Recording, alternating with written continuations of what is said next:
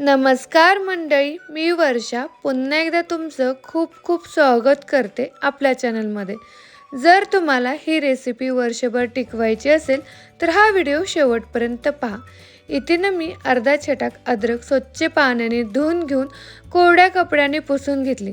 त्याच्यानंतरनं असे जाड आणि लांब लांब अद्रक कट करून घ्यायची. त्याच्यानंतरनं इथे ना मी 2 मोठे आणि 1 लहान गाजर घेतलेला आहे. तेही स्वच्छ पाण्याने धुवून घेतलं आणि कोरड्या कपड्याने पुसून घेतलं. त्याच्यानंतरनं त्याच्यावरची साल पूर्णपणे काढून घ्यायची आहे.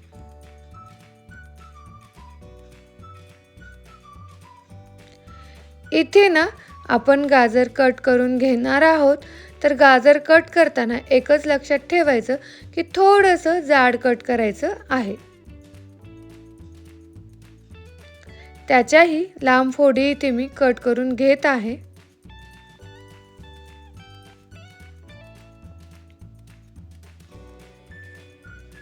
सगळ्या गाजराच्या लांब फोडी कट करून घेतल्या.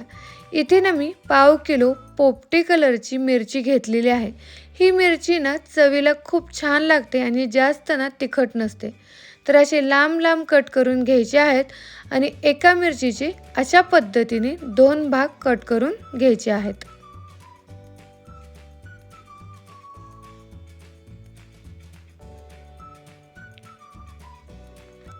मिरचीमध्ये थोडंही पाणी असायला नको, नाहीतर आपली रेसिपी खराब होते. इथे ना मी 12 लिंब घेतलेले आहेत.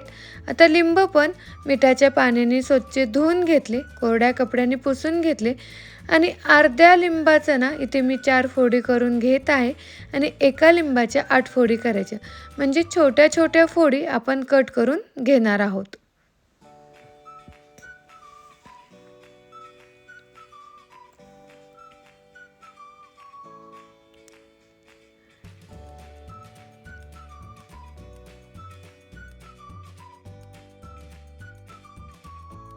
इथे ना मी सगळ्या लिंबाच्या फोडी करून घेतलेल्या आहेत आणि एका ताटामध्ये काढल्यावर किती छान दिसत आहे बघा.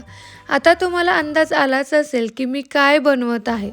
आता ह्या सगळ्या गोष्टी साईडला ठेवू आणि इथे ना मी चवीनुसार मीठ घेतलेलं आहे आणि बारीक गॅसवरती ना मीठ 10 मिनिट भाजून घ्यायचं. त्याच्यामुळे काय होतं, हा आपला जो पदार्थ आहे ना तो वर्षभर टिकतो आणि बुरशी येत नाही. आता याच्यामध्ये मी टाकून घेत आहे. 10 मिनिटानंतर थोडासा लालसर कलर येतो बघा, तेव्हा टाकून घ्यायचं.